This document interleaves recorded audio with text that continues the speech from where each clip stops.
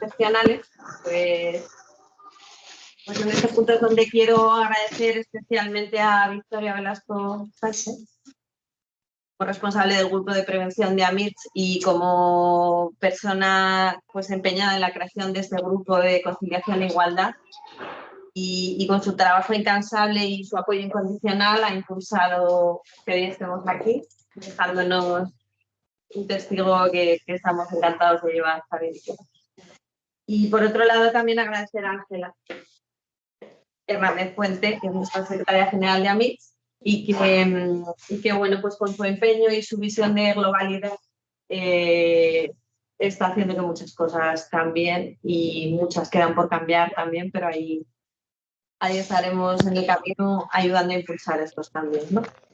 Y agradecer también a nuestras secretarias que se han implicado en todo y ahora mismo están en el otro lado, no están por aquí, pero seguro que nos andarán leyendo, que contribuyen a la difusión, a los podcasts y a todo lo que puedan ellas hacer para hacernos esto más fácil. Y luego pues nuestras componentes del grupo de conciliación e igualdad, ¿no? Tenemos ahí un grupo de trabajo que fruto del esfuerzo del cual ha salido esta jornada.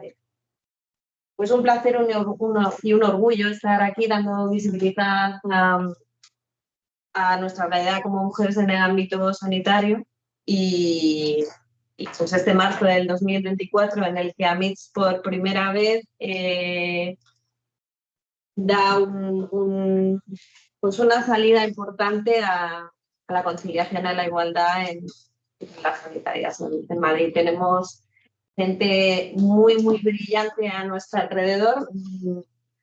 Me llama mucho la atención que, al igual que sucede, esto es triste, pero al igual que sucede en violencia de género, que una muchas veces se plantea, no, lo mío no es maltrato, no, hasta que se da cuenta de que sí. Pues en este caso he tenido que oír bastantes veces, no, es verdad, yo no soy experta. Y al final una se da cuenta de que sí.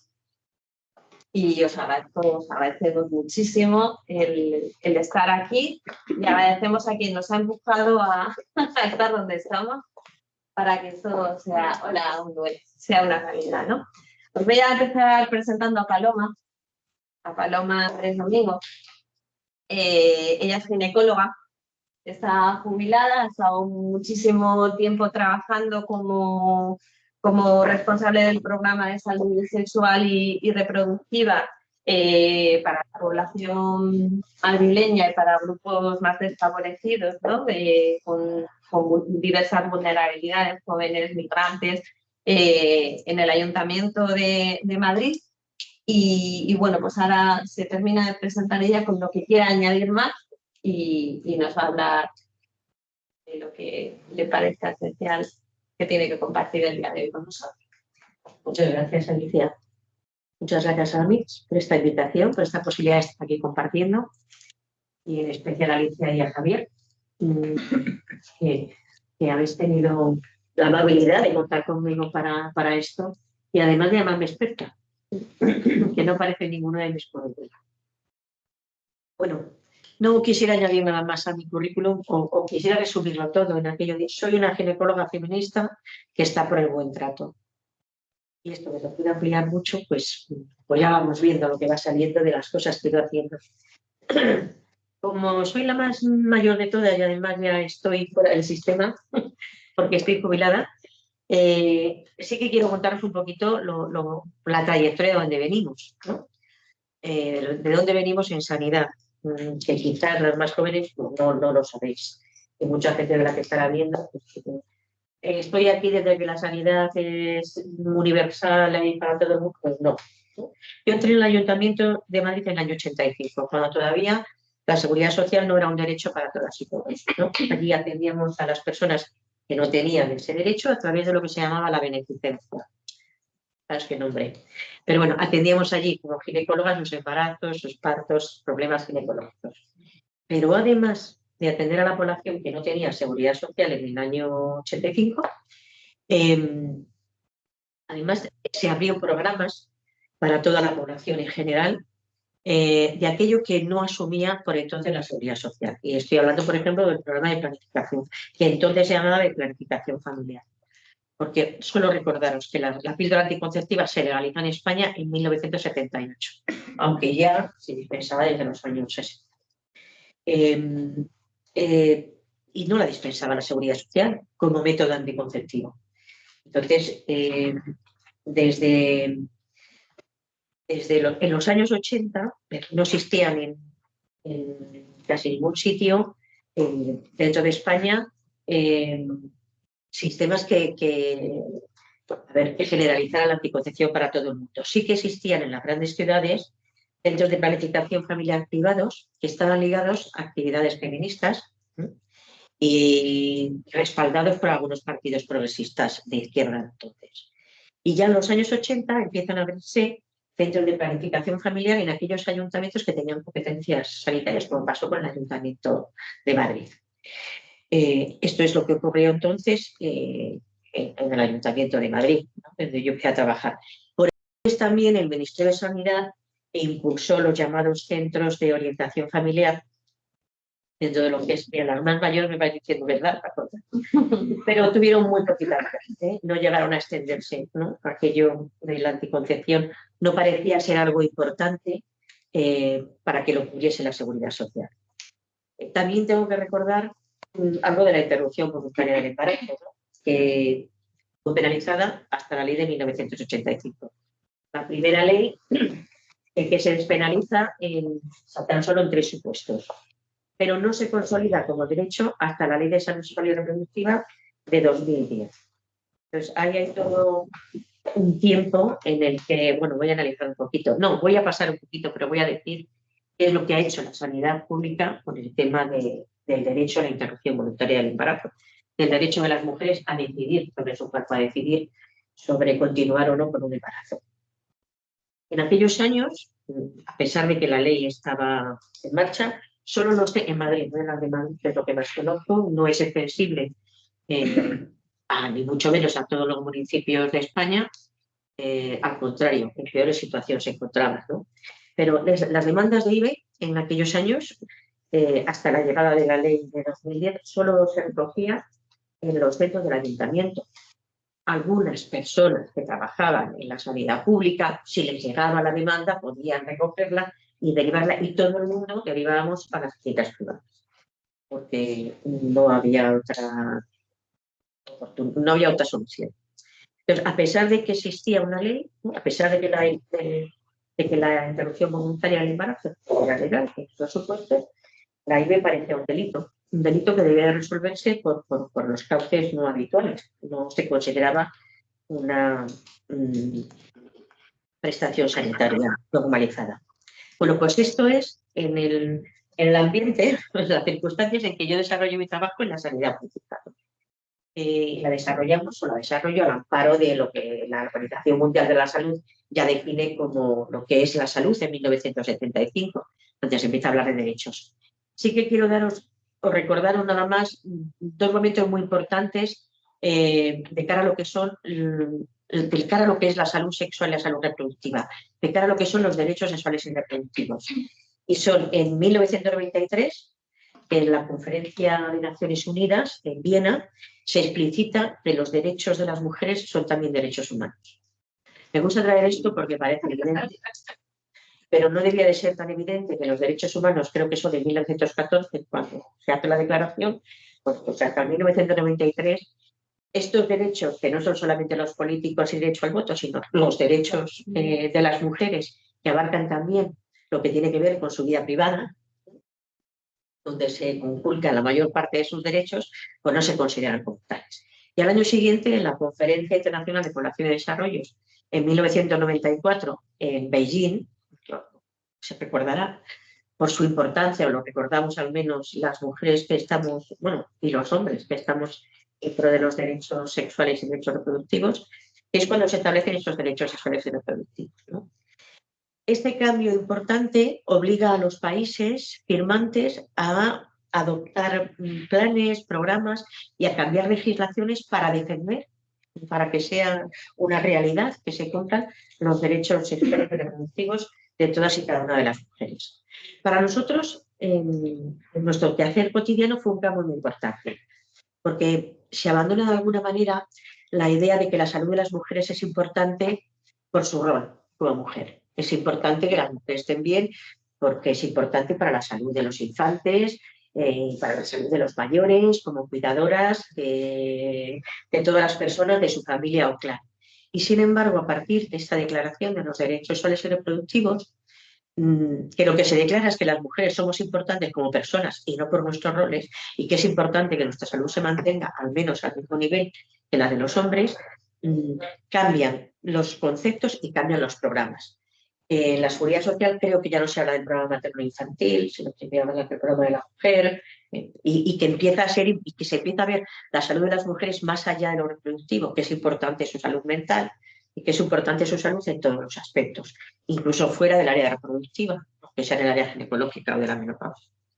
Vale, pues yo tengo que decir que es gracias al activismo feminista que consigue que la salud sea un bien y un derecho en sí mismo para todas y cada una de las mujeres. Es toda esta concepción la que me hace trabajar en pro del desarrollo de todos estos derechos.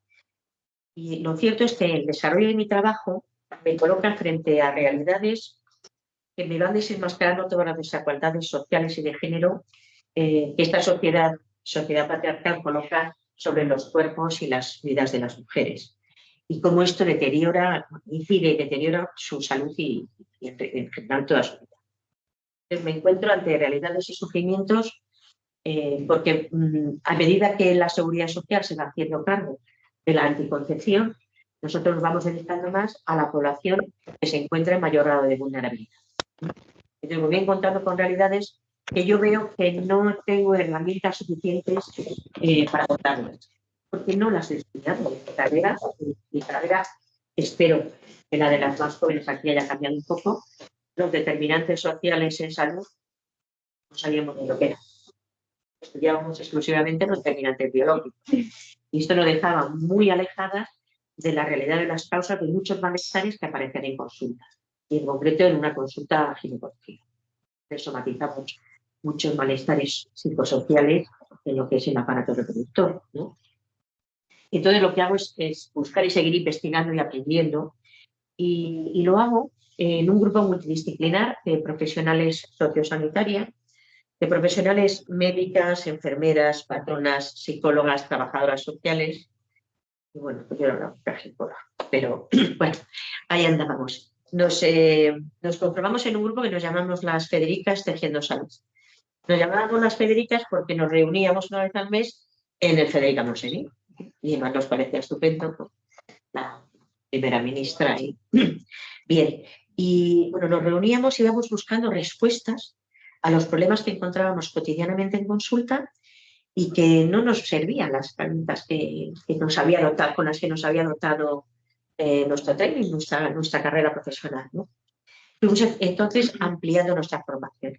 Fuimos haciendo diversas formaciones con mujeres feministas, pues antropólogas, filósofas, biólogas, que nos iban aportando esa otra mirada, ¿no? Esa perspectiva feminista. Entonces llamábamos perspectiva de género, porque lo de feminista casi no se podía nombrar. Esa mirada que incorpora esos determinantes sociales y de género sobre los procesos de salud y enfermedad. Y entonces nos atrevimos a partir de ahí ya en los años 90, ya sé que es el siglo pasado, pero parece mucho más lejos, nos atrevimos a hacer formación en salud con perspectiva de género, que hoy diríamos con perspectiva feminista, ¿no? Y en prevención de las violencias machistas, que eran las que llenaban las estadísticas de asesinatos y de agresiones sexuales, e inundaban nuestras consultas de malestares, de síntomas y enfermedades que ni se aliviaban ni se curaban con los tratamientos farmacológicos habituales. 5 minutos. Entonces, toda esta experiencia quedó plasmada en un libro colectivo, La violencia contra las mujeres, detención y prevención, que dedicamos para todos los profesionales sociosanitarios, que se editó en el año 2004 y que se ha reeditado en el año 2021, en el que ha participado también Amelia. Fui consciente de que trabajar con los derechos sexuales y reproductivos implicaba trabajar en 3 aspectos, ¿no? Una actitud activista en lo social y en lo institucional. Había que reclamar esos derechos. A nivel social, a nivel comunitario y en la institución en la que trabajaba. Nos costaba, déjanos trabajar, atender la demanda de IDES. No, no hacemos aborto, lo podemos firmar, pero déjanos que acojamos esa demanda, que las acompañemos, que las veamos en el posparto, perdón, en el posaborto, que hagamos anticoncepción. Todo eso ha sido fácil. No ha sido fácil. Ha sido un activismo constante, ¿no?, que hemos tenido. Y a nivel de consulta también suponía un cambio, ¿no?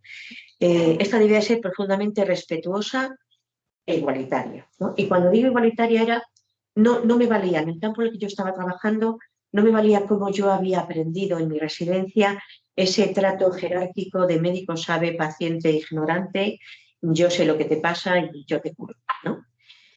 Ya sé que lo he dicho así como muy burdo, pero a la hora de la verdad más o menos era esto, ¿no? No tienes mucho que aportarme. Y de hecho ha ido declinando todo ese tiempo que le dedicábamos a la historia clínica porque parece menos importante lo que deben contarnos que lo que nos digan las pruebas diagnósticas que vamos a pedir. Bueno, pues aquello no me valía. Y hay que tener en cuenta que el grueso de mi consulta entonces estaba dedicada a la promoción y a la prevención de enfermedades. Por lo tanto, o sea, no estaba tanto en lo curativo como otras compañeras que están en el tratamiento de cánceres, en tratamientos oncológicos, estaba más en esa prevención. Entonces, en esa prevención yo tenía que contar con lo que las mujeres quisieran y decidieran. Es verdad que existen protocolos, por ejemplo, para anticoncepción, que nos dicen dónde están las contraindicaciones, pero no nos hablan de indicaciones. Sin embargo, hay todavía muchos compañeros y compañeras que se saltan los deseos o las preferencias que tiene la usuaria para un método anticonceptivo y siguen un rígido protocolo en el cual acaban prescribiendo aquello que les es cómodo, fácil o que les gusta más, ¿sí?, pero que no tiene que ver a lo mejor con lo que desea la usuaria que pregunta. Entonces, para mí, en ese sentido sí que cambió el enfoque de la consulta, ¿no?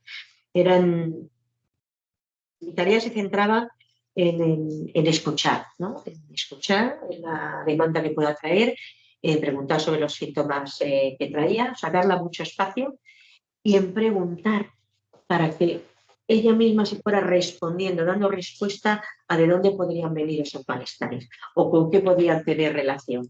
Entonces, no era dejar toda esa historia social que lo haga la trabajadora social, sino, bueno, a qué te dedicas, qué haces y qué trabajas, quién te entiende en casa, qué es lo que haces, colabora en tus relaciones sexuales son satisfactorias, compartes en la anticoncepción, puedes hablarlo con tu pareja, puedes hablarlo. Entonces, todo esto necesita tiempo.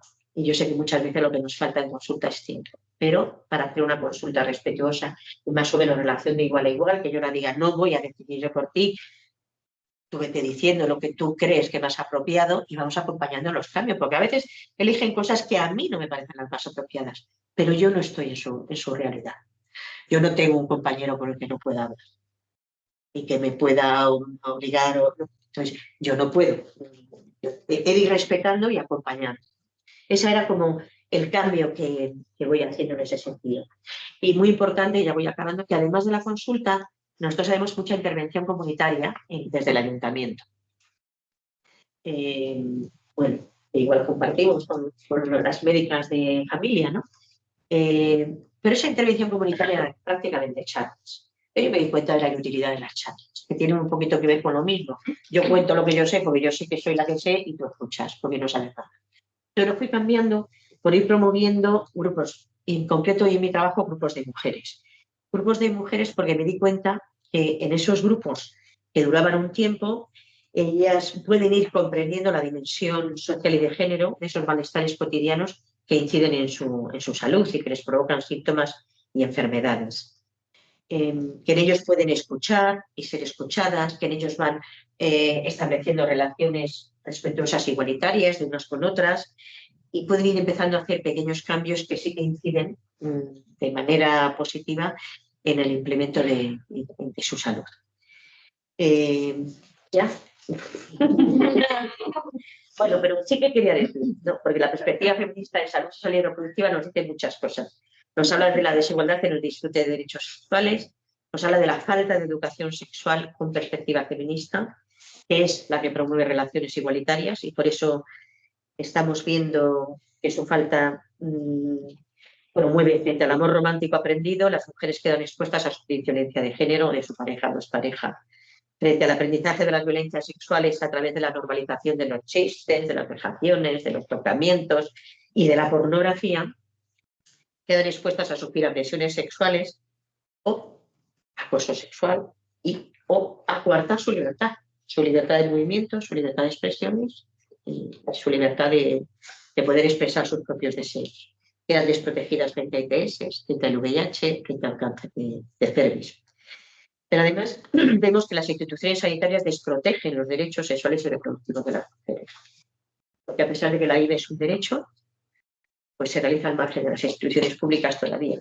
No ocurre nada igual con ninguna otra prestación sanitaria. Que la píldora postnatal no se dispensa en la seguridad social. Hablaría de esto muchísimo porque es una oportunidad de oro para contactar con los y las adolescentes que tienen un primer fallo y que no van a querer seguir usando el preservativo, cuando es una oportunidad de oro para hablar con ellos, con ellas, para hablar de cómo son sus relaciones, de qué es lo que pasa. En fin, para abrir las puertas, ¿no?, hacia esa promoción de salud.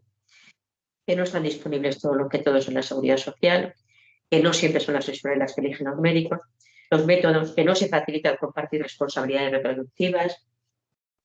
A los chicos y a los hombres no se les pregunta por la anticoncepción, no se les pregunta si usan o no el preservativo, si tienen relaciones heterosexuales.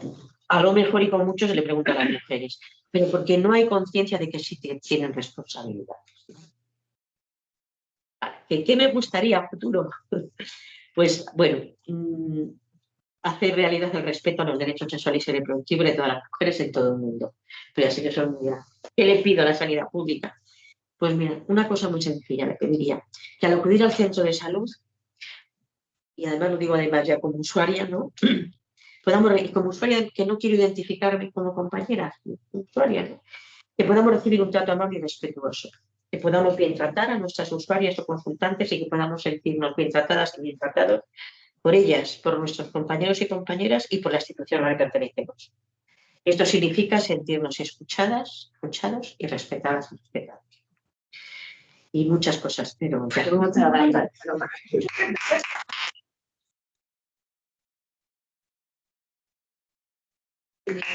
Pues vamos a seguir dando paso. Le voy a dar el paso a Patricia Fernández Martín. Patricia es facultativa especialista en psicología clínica en el Hospital Ramón y Cajal. Ella tiene un montón de contribuciones en medios, en charlas, tiene proyectos muy interesantes, ¿no?, de visibilización de la violencia de género en atención primaria y salud mental. Es cofundadora de Inquietamente, ¿no? Perdón. Que es un encuentro, un sitio de reflexión para mentes inquietas. También es organizadora de un programa literariamente. En fin, ella yo creo que nos lo va a contar. Muchas gracias. Pues muchas gracias a Mitch por la invitación, ya que no pertenezco al colectivo de médicos, pues es también un placer poder aportar nuestra mirada desde otra profesión, ¿no? Aunque todos la misma finalidad, ¿no?, ayudar, en este caso, y visibilizar toda la relación de la mujer, todas las luchas y los derechos conseguidos dentro del campo sanitario. Bueno, yo como empezaré un poco, pues aparte de estar como facultativo especialista en el Hospital Ramón y Cajal, también estoy en la Oficina Regional de Salud Mental y Adicciones, y cada vez hay más también interés en formación continuada dentro de los cursos que ofertamos de formación continuada con temas relacionados con la mujer, la salud y también mejorar nuestras competencias, que es de lo que más voy a hablar también del ámbito del liderazgo. O sea que digamos que en las dos perspectivas, ¿no?, como asistencial y como también técnico de formación continuada, pues estoy sensibilizada con toda esta problemática. Y bueno, empezaría por los principios, ¿no? También ha comentado Paloma el tema de la falta de formación, ¿no?, en la carrera en temas de perspectiva de género. Por ejemplo, yo como psicóloga que hice la carrera en el 99 más o menos, pues no tuve ni en la asignatura de psicología evolutiva, ni psicología social, ninguna perspectiva ni contenido que me hiciera como ser consciente, que luego he sido consciente con el paso del tiempo, de los sesgos, ¿no? De género, que yo también era, digamos, víctima, ¿no? de ello, y no tuve formación pues, para diferenciar pues, todos los determinantes sociales de salud que te has referido, que impactan de manera diferente en el hombre y en la mujer, y luego lo explicaré mejor. Con lo cual yo pues, vivía en la ignorancia durante la carrera, también durante la especialidad. Cuando hice el PIR no tuve ninguna sensación de necesitar una diferencia a la hora de mirar a las mujeres y a los hombres en la consulta, y lo que para mí fue como la iluminación, que es lo que voy a defender en primer lugar, es la importancia de las mentoras, ¿no? De personas que sean referencia. Para mí mi referencia fue llegar al Centro de Salud Mental de Hortaleza, que depende del Hospital Ramón y Cajal, y toparme con Cristina Polo, que es una psiquiatra de amplia experiencia en el tema de género y salud mental, Marisa López Gironés y Carmen González de Vega. Fueron mujeres que me abrieron la mirada y con las que pude empezar a participar en un estudio que era el que mencionaba Alicia, de visibilizar la violencia de género en las consultas sanitarias. Hicimos una encuesta, una adaptación de una encuesta de Zorrilla, una encuesta con la cual evaluamos a unas 630 mujeres, tanto en los centros de salud de Monóvar como de Mar Báltico y el Centro de Salud Mental de Hortaleza, y detectamos en esos cuestionarios mujeres elegidas al azar en la sala de espera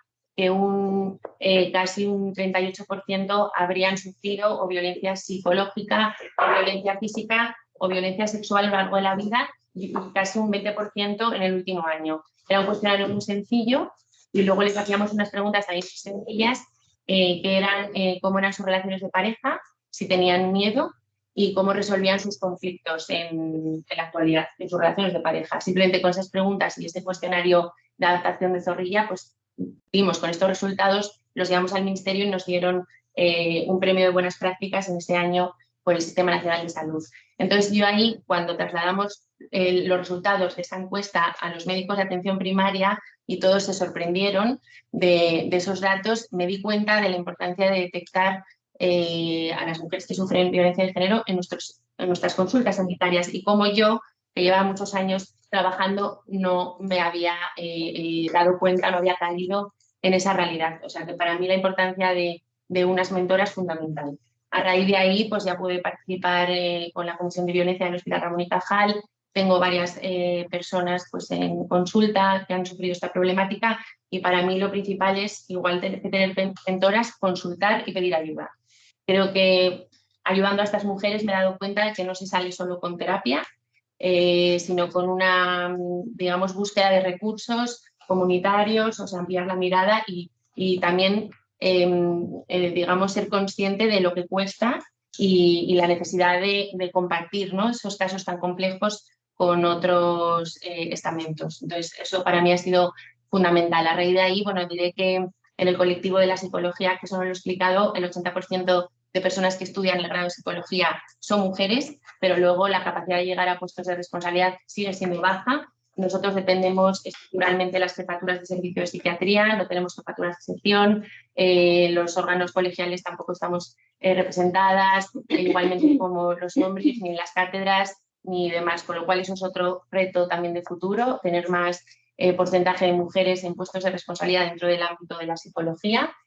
Diré que también otra visión relevante que quería mencionar era la relación entre la salud mental y ser mujer, ¿no?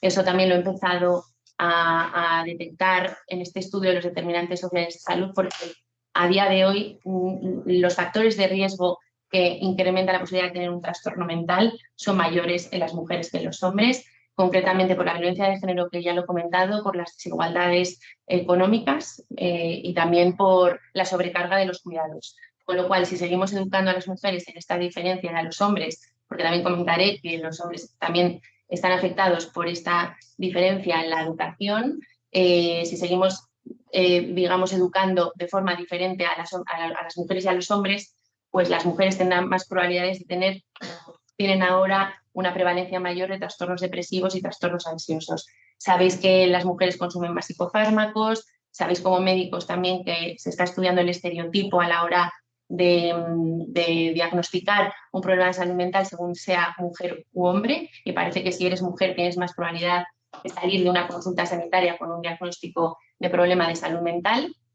Y diré que también es llamativo, por ejemplo, que en los centros de salud mental haya un porcentaje de casi 70% de mujeres frente a hombres, ¿no? Entonces esto te hace también pensar que aparte de las mujeres estamos, como digo, socializadas de forma diferente y educadas de forma diferente en unos roles que hace que tengamos más factores de riesgo para trastornos mentales menores, en este caso, bueno, menores, trastorno depresivo y trastorno ansioso. Los hombres también están educados en una sociabilización diferente que les hace no pedir ayuda y tomar estrategias quizá más de huida hacia adelante o más de represión de sentimientos o más de abuso de tóxicos que también les perjudican, ¿no?, de alguna manera a ellos. Por lo tanto, yo creo que esto es algo que también quería dejarlo claro. Me parece que la polarización y la falta de consenso no nos ayuda y que también tenemos que incluir esta visión, ¿no?, para poder buscar esa igualdad que tanto necesitamos.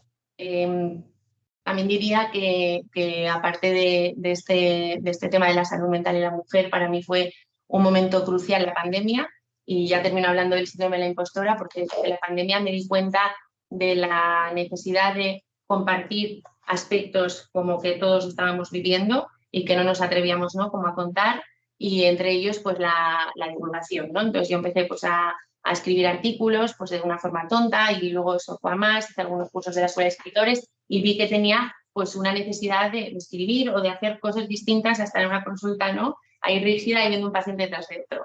Entonces me di cuenta del síndrome de la impostora, era también eso, el síndrome de la impostora, esa educación diferenciada entre tienes que trabajar, ¿no?, como nos educaron nuestros padres, hablo de nuestra generación, ser mujeres independientes económicamente, que está fenomenal, pero toda la vida parece que hacer lo mismo, ¿no? Entonces ese desgaste profesional estaba muy vinculado, bajo mi punto de vista o lo que yo percibía, con el síndrome de la impostora. Entonces me di cuenta de esa autoexigencia, esa insatisfacción, de estar como muy clavada a lo mismo y también esa sensación de que nada era suficiente, que siempre tienes que demostrar. Y entonces empecé a investigar el síndrome de la impostora, que afecta más a mujeres que a hombres y a mujeres que tienen puestos de responsabilidad, y que les hace, como siempre, pensar que son merecedoras de un halago, ¿no?, y nunca ser conscientes o ser compasivas respecto a ellas mismas. Entonces, bueno, yo a raíz de esto, pues digamos que también he intentado, ¿no?, o ayudar a las personas que hemos visto en pandemia en este desgaste profesional, en concreto a las mujeres,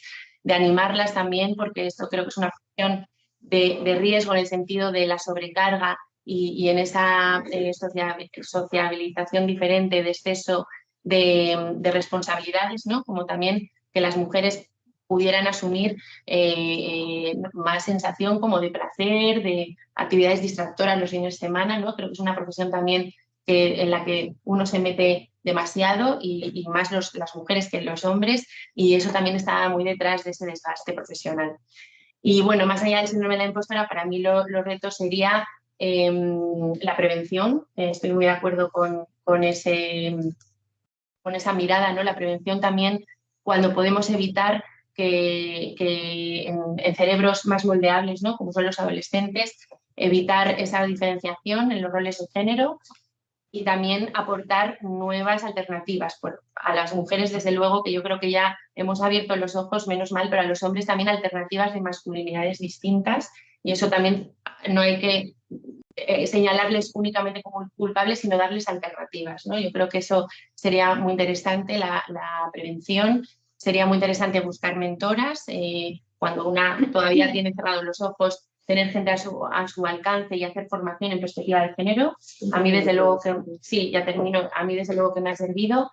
Luchar contra el inmovilismo de la profesión. Se pueden hacer cosas distintas dentro del sistema, cada uno que revise sus talentos, sus aptitudes, que haya más movilidad, creo que también eso es importante, y menos rigidez en el sistema. Y luego, pues también diría mayor confianza, ¿no? Como hoy estamos hablando de mujeres, desde luego, como esto se ha visto, ¿no? Pues hablando un poco del síndrome de la impostora, si te llaman para una mesa como esta, ¿no?, siempre lo primero que te viene es: no voy a estar capacitada, qué tonterías voy a decir, ¿no? El hombre, porque a mí me llamaban de medios de comunicación en la pandemia y decía: no, yo de eso no soy experta. Y luego me reconocían que cuando llamaban a un hombre, todos querían hablar de lo que fuera en cualquier momento, ¿no? Entonces creo que para mí eso también es o sea, más diversificación y animaros a divulgar, porque necesitamos personas expertas en la materia, ¿no? Y no charlatanes un poco este mundo de Instagram, del postureo, ¿no? Y de la falsedad. Entonces, esas serían como también mis reivindicaciones de cara al futuro. Gracias. Muchas gracias.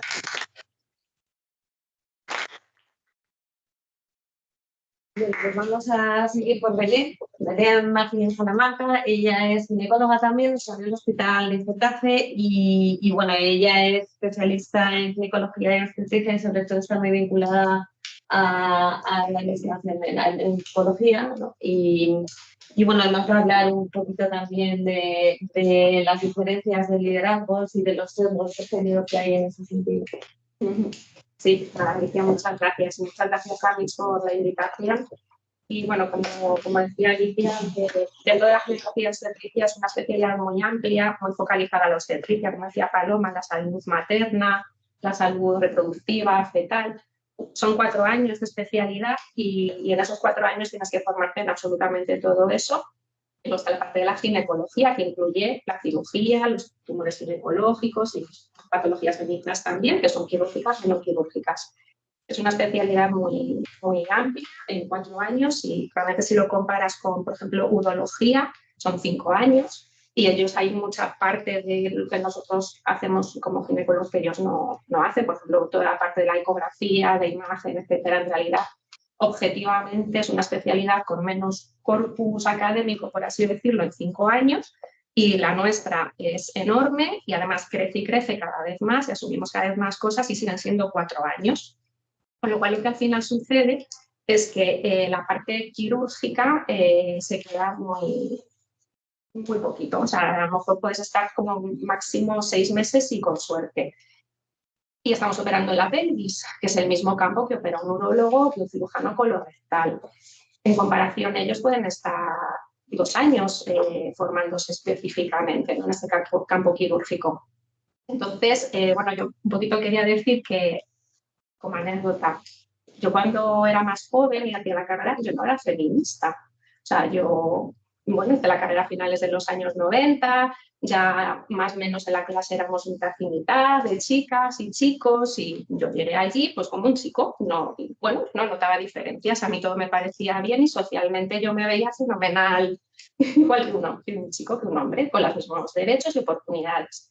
Y claro, según va pasando el tiempo y vas teniendo vivencias y pues, siendo médico hago la especialidad y empezaba a ver cosas pues que no me cuadran. Empezó a unir los puntos como los niños pequeños cuando hacen un dibujo y empiezan a unir puntos y luego ya empiezas a ver el conjunto. Y bueno, aparte de todo el tema de mi especialidad y de irme especializando, porque a mí es algo que me gustaba, y la cirugía ginecológica, el cáncer ginecológico, pues me han ido surgiendo pues todas estas dudas y preguntas. Y una de las cosas que estoy haciendo, que pues me he metido, ahora sí soy feminista, en el máster de antropología médica y salud global. Me ha abierto muchísimo los ojos y buscando todas esas respuestas y un poco el global de todo, ver las cosas con una visión de 360 grados, porque claro, te metes en una especialidad quirúrgica y parece que todo es así, súper estrecho, ¿no? Y a mí no me gusta. O sea, aunque a mí me gusta mucho el quirófano, me gusta mucho el paciente, me gusta mucho ver el global, intentar las cosas desde un punto de vista político, antropológico, social, de gestión, o sea, tratarlo todo, ¿no? Y bueno, un poco por eso estoy aquí. Y voy todavía uniendo esos puntos. Y hoy es un día muy importante para mí para seguir uniendo esos puntos. Y bueno, entonces, un poco basándome en todo esto que estoy diciendo, pues ojo, hago mi especialidad y digo, pues a mí me gusta el cáncer ginecológico, a mí me gusta la cirugía ginecológica, yo quiero formarme en esto. Entonces era como una sensación de qué gracioso es esto, porque primero, los pocos que lo hacemos son hombres, es muy difícil llegar aquí y no hay una formación oficial, ni reglada, ni nada. Y bueno, no había manera. Y luego aparte también la sensación de no, y es que además los ginecólogos en general, otros especialistas, como que se ríen de nosotros porque somos muy malos cirujanos. Y como, claro, puede ser más complicaciones, lesionar un uréter, no saber resolverlo, y eso se ve como algo normal. Que a mí era lo que yo no entendía, la resistencia. Vamos a ver, tú me estás lanzando a un quirófano, me estás diciendo que tengo que quitarle un útero a una mujer, que operarle un cáncer de endometrio, pero nadie me está enseñando adecuadamente. Y además están riendo de mí, otros especialistas, porque no voy a saber resolver una complicación. Y esto es gracioso, todo el mundo lo sabe, a todo el mundo le parece bien y nadie hace nada. O sea, me explotaba la cabeza. Entonces me llegué a plantear y me llegaron a plantear, incluso adjuntos míos, bueno, pues si te gustaba tanto la cirugía, haz otra especialidad. Haz urología o haz cirugía general y luego vuelves. Y yo dije, pues sí, digo, pero ¿y por qué? Si yo lo que quiero es operar cáncer ginecológico. O sea, yo no quiero hacer otra cosa.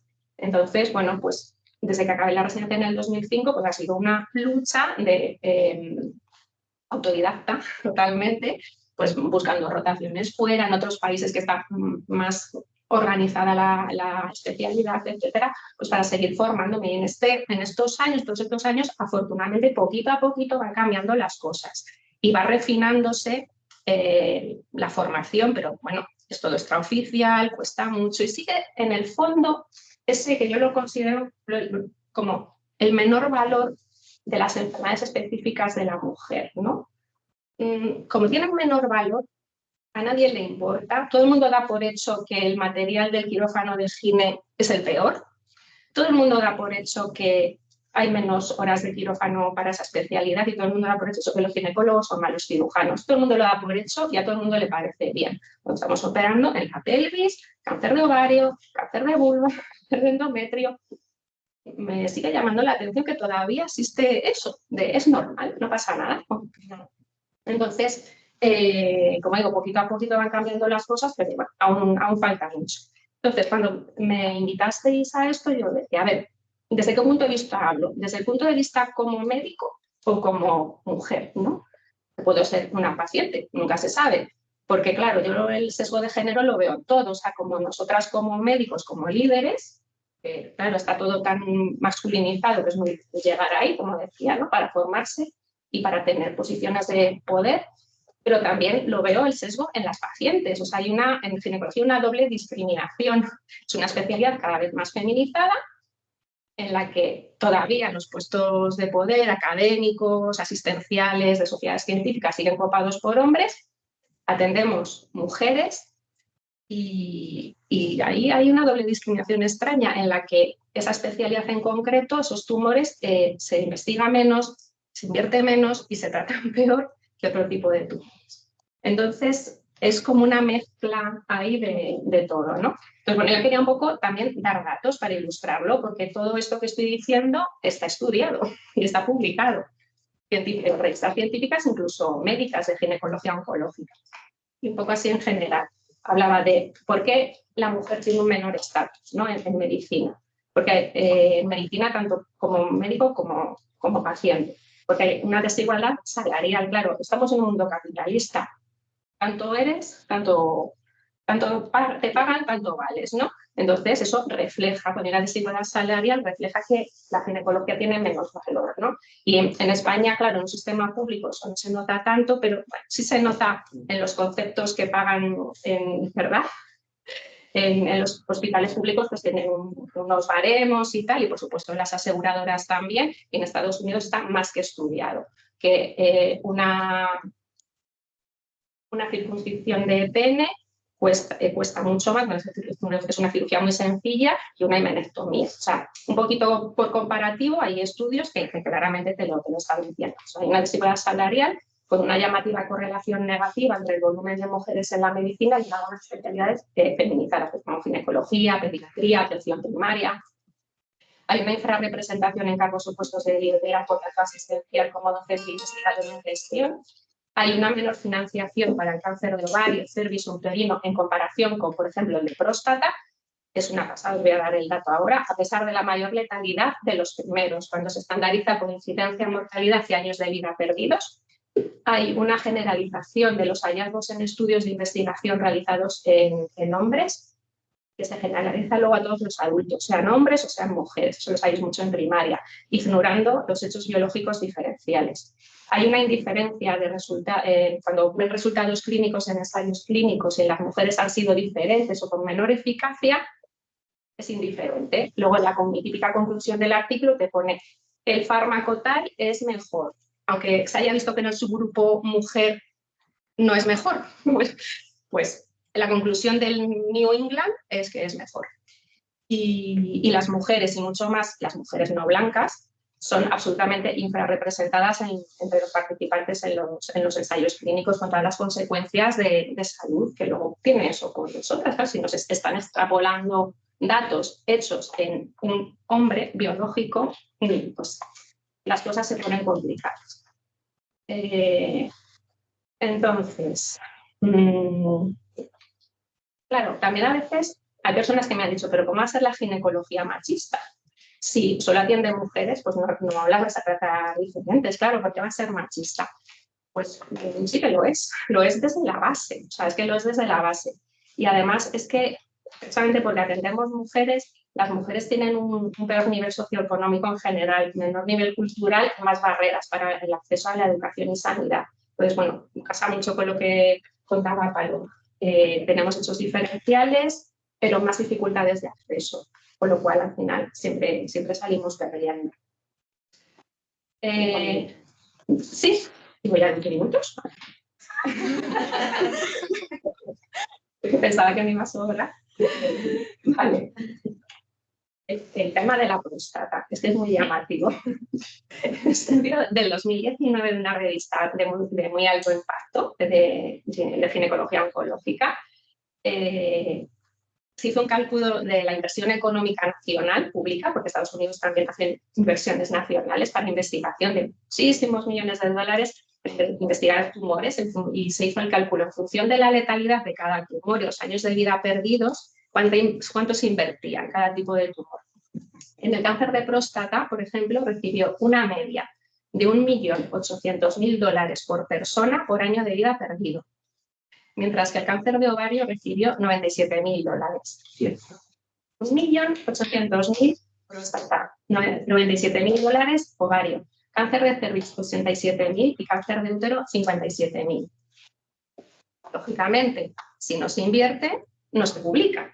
Se hizo otro estudio muy grande para ver qué se publicaba, ¿no? Tipo de tumores y qué porcentaje de publicaciones había sobre ellos. En 2023, un artículo de otra revista de muy alto impacto. Se hizo una búsqueda bibliográfica, revistas de alto impacto, para comparar estudios publicados sobre cáncer ginecológico versus otros tipos de cáncer igualmente, en función de su representación en la literatura por incidencia, mortalidad y años de vida perdidos.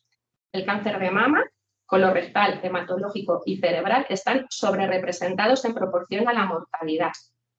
¿Vale? Hay cánceres que son más letales que otros. Y el cáncer de cervix, otra vez más. El cáncer de cervix, ovárico y uterino están muy pobremente representados en función de la mortalidad. O sea, en un listado salen al final del todo. El porcentaje de publicación del PEDICA es bajísimo para la letalidad que tienen. A mí eso me llama mucho la atención.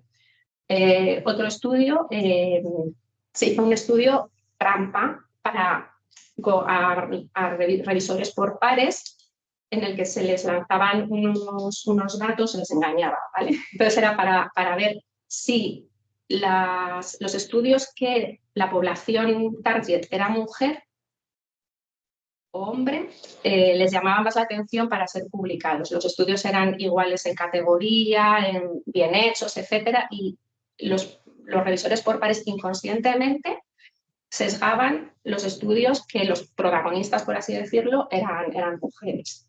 Eran exclusivos de mujeres. Es decir, eso hay un sesgo inconsciente, siendo las revisoras mujeres y hombres, o sea, los revisores mujeres y hombres. O sea, claro, el patriarcado nos atraviesa a todos. Cuando me quedan, tengo más cositas para contar, pero lo estoy viendo. Bueno, pues nada, eso. De todas maneras, era eso una pregunta si queréis ampliar. Sí, otra cosa, otro estudio que quería comentar interesante, que también me ha removido mucho, es un estudio que se hizo en Canadá, que además es un país, digamos, en teoría, ¿no?, de los más igualitarios del planeta, o sea que imaginaros qué pasaba con los demás. Se hizo un estudio en Canadá a nivel nacional, que se publicó además una revista de alto impacto también, Hammond Surgery, sobre más de 1.300.000 pacientes intervenidos por más o menos 3.000 cirujanos.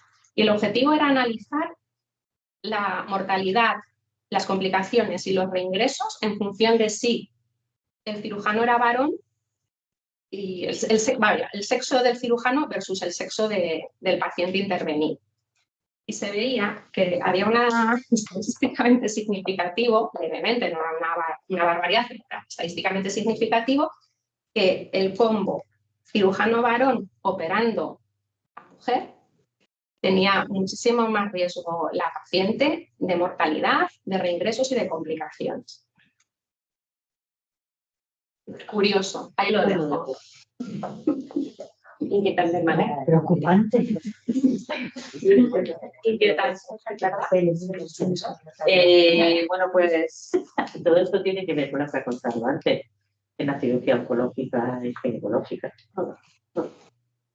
Pero cirujanos no, ya me deja alucinada. No, pero en este caso no, hay otra explicación. En este caso excluyeron la ginecología. No eran pacientes ginecológicas, eran pacientes quirúrgicos O sea, que también pasa. de todas las especialidades, menos ginecología y pediatría, por supuesto, eran adultos. Entonces, es un tema, a ver, es que nos creemos que un cirujano es algo que es muy tecnológico todo y todo muy objetivo y tal. No, a ver, los sesgos, la psicología, afecta a todo, al momento de la cirugía, al preoperatorio y al posoperatorio. Entonces, la explicación que dan los autores es que no solo es un tema manual, es un tema de selección del paciente y es un tema de complicación posoperatoria que las mujeres se nos escucha menos cuando se complica un posoperatorio. Entonces, eso te puede llevar a un peor resultado. La explicación que daban era esa. Muchas gracias.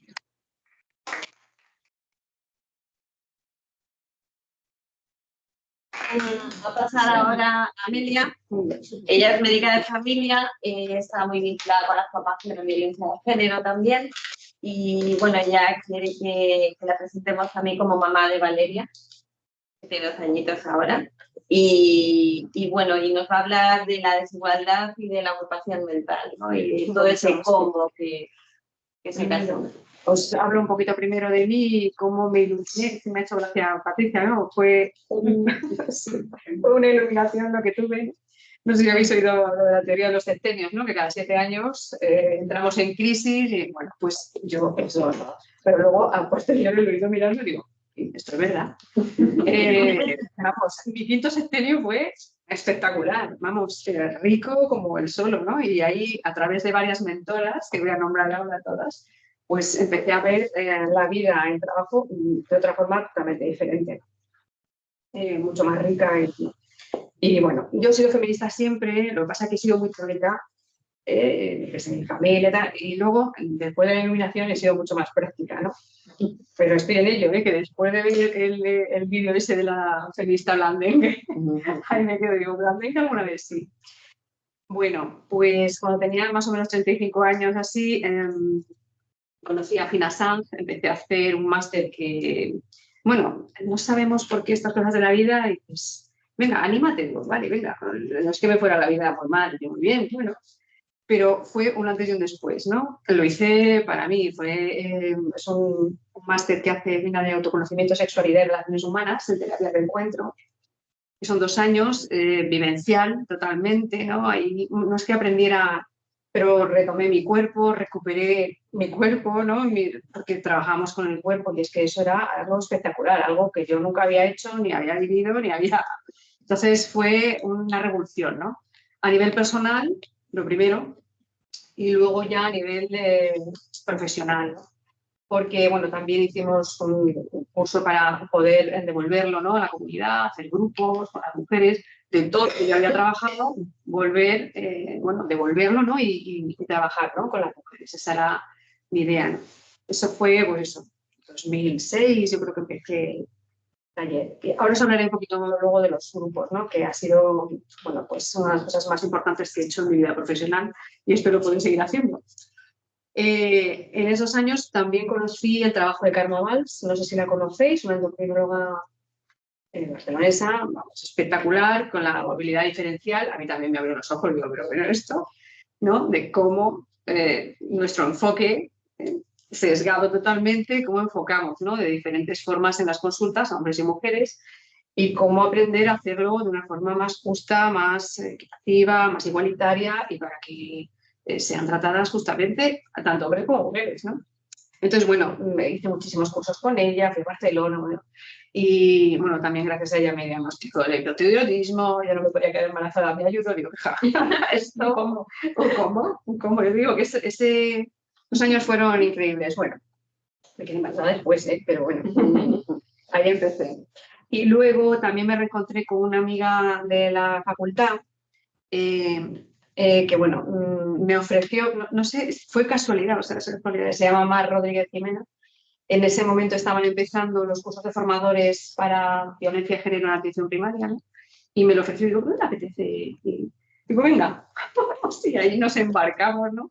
Hice la segunda jornada de cursos de formadores en la atención primaria y a partir de ahí, yo creo que fue del 2006, empezamos a hacer talleres en centros de salud muy diversos. Seguimos, ahí es donde conocí a Alicia, ¿no? Que también forma parte del grupo de formadores. Nos hemos ido, no sé si yo creo que reduciendo, seleccionando, yo creo, ¿no?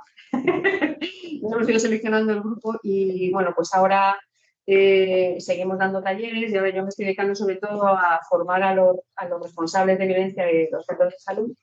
Es un puesto, ¿no? Que está muy olvidado porque muchísimas veces es a dedo, porque muchísimas veces es obligado, no saben nada, es un tinglao, o sea, eres el responsable para ayudar un poco, ¿no? Un referente en tu centro, ¿no? Entonces, bueno, estamos formándonos ahora, ¿no? Que, bueno, llevamos 3 años ahí dando. Y también la violencia a mujeres mayores, que es algo que me interesa mucho, porque yo veo mujeres mayores en consulta, la mayoría, ¿vale? Las mayores y veo mucha violencia. Y he trabajado mucho con mujeres mayores, ¿no? En los talleres, en los grupos. Y luego el buen trato, ¿no? Que estoy ahora, he trabajado también, aparte de hacer talleres en atención primaria con las pacientes y he hecho algunos grupos de hombres también muy interesantes. He trabajado con profesionales, ¿no? Que conocí a Javier, uno de ellos. También les ofertaba lo mismo que hacía con las mujeres, lo que pasa que concentrado, ¿vale? Porque no podía estar 3 meses dando los talleres, ¿no? Con los profesionales. Entonces hacíamos un concentrado de fin de semana y eran pinceladas, ¿no? De autoconocimiento, de muchas cosas, ¿no? Trabajamos. Y fue muy interesante para mí también trabajar con profesionales y voy a retomarlo, estoy retomándolo, ¿no? Con el buen trato, sobre todo a nivel el autocuidado, ¿no? Porque somos uno de los profesionales que menos nos cuidamos, ¿vale? Estamos siempre como muy abiertos a los demás, a cuidar a los demás, ¿no? Digo ya nuestras vidas personales, ¿no? Se me va el trabajo. Y luego nos cuidamos muy poco. A nivel psíquico, de cuidarse no es ir al gimnasio, ¿vale? Que también es mucho más amplio, ¿no?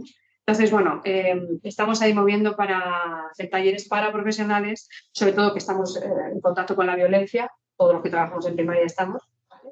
Y en otros sitios estáis en contacto con violencia, y para ver cómo manejar eso y no llevarlo a la casa, cómo cuidarnos, ¿no? Y que no nos afecte a la vida. Bueno, pues ese fue mi 5º sexenio. Que digo, madre mía, y ahí, desde ahí, que hace ya 20 años, ¿no? Estoy ahí trabajando en eso. Y luego nació mi hija en el 6º sexenio, cuando tenía 42 años, y fui más mañosa, con todo lo que eso conlleva, y lo bueno y lo malo. O sea, que tengo muchas cosas buenas por haber sido mañosa.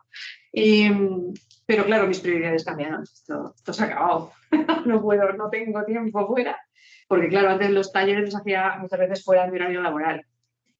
Esto se acabó. Entonces ya, bueno, se propuso en el centro y les convenía, a ver, porque yo me llevaba, o sea, hacía todas esas pacientes que muchas veces no sabemos qué hacer con ellas sin consulta, que vienen mucho, no las podemos ayudar, no sabemos qué les pasa, es la totalgia, ¿no? Me duele todo, los malestares, todas, y digamos a mi grupo. Venga, y entonces, claro, trabajamos mucho y mejoraban, no todas, ¿no? Pero mejoraban, mucha violencia debajo, bueno.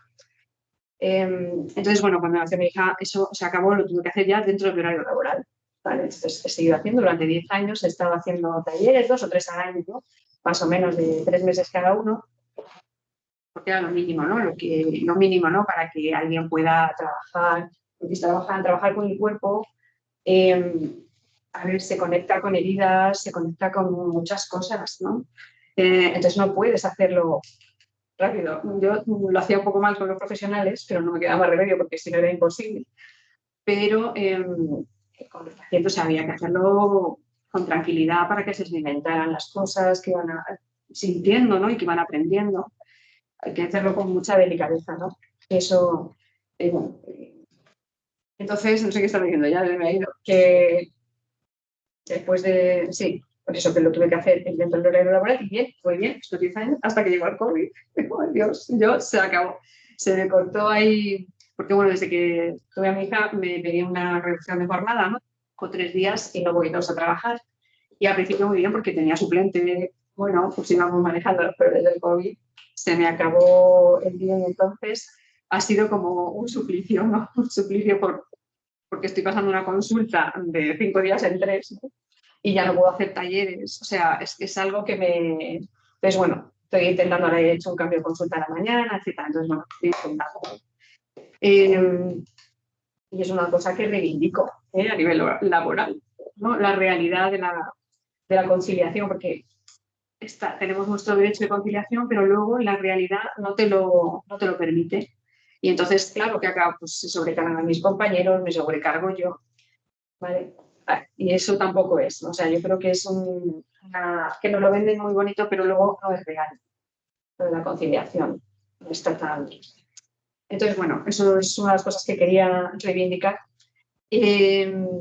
Luego también quería, una cosa que me parece muy interesante y muy importante, muy importante es por lo negativo que es por conozco mucha gente que tiene una valía enorme, ¿no? Y por estar trabajando donde estamos trabajando, en nuestra primaria, atención primaria madrileña, que tampoco conozco mucho toda la vida en otros sitios, pues se están perdiendo un montón de energías y de saber hacer, de ideas, de creatividad. O sea, hay gente que tiene unas ideas de esto, hay que ponerlo y no se puede. Y no se puede. Y bueno, se harían miles de cosas. O sea, yo la primera, pero es que conozco un montón de gente. Y entonces es como si a nadie le importara esta pérdida de energías, esta pérdida de inteligencias, esta pérdida de creativas, de talentos. Es algo frustrante, vamos, yo digo, pero no se dan cuenta, ¿no? De lo que se están perdiendo. Yo no sé, yo me jubilaré y haré todo lo que no he hecho, que me hubiera gustado hacer, ¿no? Entonces, bueno, ahí lo dejo, ¿vale? Es unas cosas. Y también quería solo dar pinceladas, yo voy más para arriba, ¿no? Voy bien, de la ocupación mental, ¿vale? La ocupación mental es algo que me preocupa muchísimo desde hace mucho tiempo. Yo la tengo, la tenemos todos, pero sobre todo todas, ¿vale? Ese cerebro lleno de miles de miniaturas y cosas minúsculas importantes, pero que están como todas acumuladas en la misma persona. Y es que lo noto mucho desde que tengo la niña, ¿no? Entonces, pues eso, ese espacio, ¿no? Que ocupa tantas cosas por hacer, desde poner la lavadora hasta tengo que ir a llevarle a mi madre la receta, no sé qué, o sea, es un compendio muy completo, ¿no? Y que nos quita un espacio vital a las mujeres para desarrollarnos, para pensar, para crear, para tantas cosas, que es otra pérdida, ¿no? Tan importante que yo creo que para que revisemos, ¿no? Porque también es responsabilidad nuestra, no nos han enseñado a quitarnos esta basura mental que llamo yo, o ocupación mental, o a delegarla, no nos han enseñado, entonces nos la vamos acumulando, en vez de quitárnosla, lo vamos acumulando, y eso va a perjuicio nuestro, vamos, totalmente, como personas individuales y como mujeres y como, ¿vale? Seres humanos, que no nos podemos desarrollar en nuestra plena, todo nuestro potencial. Entonces, bueno, dicho eso, dicho queda, quería retomar otra vez lo de los talleres, que ha sido de las cosas más interesantes que he hecho en mi vida. Cada vez que hago un taller, lo hago para mí. ¿Vale? Yo trabajo con 15, 20 personas, pero lo hago para mí, estoy todo el rato, ¿no? Como si ya, entonces se afina, ¿no? Dentro y fuera, igual que en la consulta, estoy dentro y fuera, ¿no? De todo lo que voy escuchando, que me toca, que me hace. Entonces, bueno, muy interesante, he aprendido muchísimo, ¿no? De hecho, las mujeres están muy jodidas. Yo las que veo, madre mía, están muy mal, algunas están muy mal. Y creo que las mujeres, que también los hombres con los que he trabajado estaban, ¿eh? Porque si no, no les apetecía ir a los talleres, pero están muy mal y yo creo que se dan cuenta también de esos talleres. Ellas tienen la necesidad de ir, pero luego cuando están, se dan cuenta, cuando no hay talleres como ahora, que llevamos ya 3 años o 4, pues se dan cuenta, ¿no? De lo bien que les venía, lo bien que es. Entonces yo creo que los grupos de mujeres es una de las soluciones, no que los haga yo, que se hagan en todos los lados, ¿no? En todos los lados, con gente que esté formada, claro, que no dañe, más que, bueno, la fuerza que tiene un círculo de mujeres no la tiene nada, ¿vale? Para todos los temas y para todas las cosas, creo. Entonces, bueno, que me encantaría también que, pues eso, que la administración pues, se diera cuenta de esto, que ya se sabe, y que hay gente formada para hacerlos y que bueno, no se puede por tiempos o por falta de interés. Vale, y pues no se me ocurre nada más. Así que se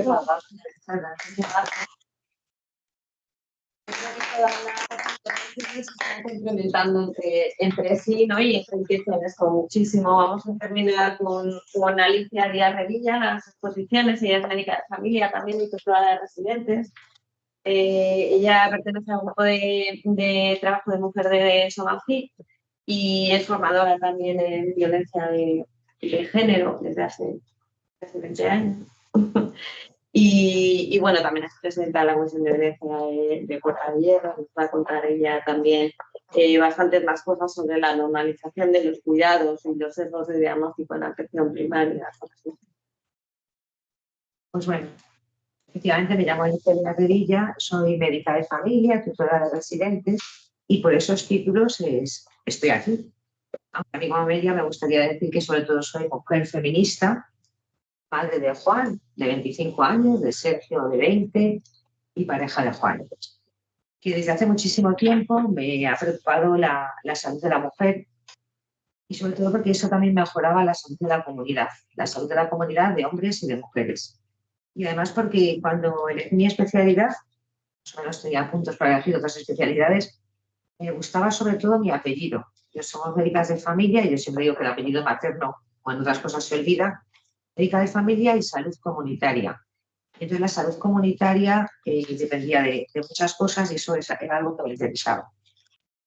Hasta tal punto, como trabajo en el Centro de Salud San Juan, que hace poco nuestro centro ha ganado el primer premio de la Comunidad de Madrid en salud comunitaria. Y es algo que siempre me ha interesado. Entonces cuando me llamaron para esto, dije, bueno, pues a ver qué podemos decir, que lo de expertas me aplastaba un poquito. Y me di cuenta que me iba a centrar en 4 puntos que son un poco el peso de los cuidados, las cuidadoras de la salud, que somos las médicas, un poquito qué pequeños gestos podemos aportar y pequeñas acciones para que, como esto se ha hecho con motivo del 8M, pues que para siendo mujer médica estas situaciones mejoren, y luego una preocupación por la formación y la información, ¿no? Yo como docente también participo con la Universidad Francisco de Vitoria y demás, y tengo residentes, mi centro de forma pregrado.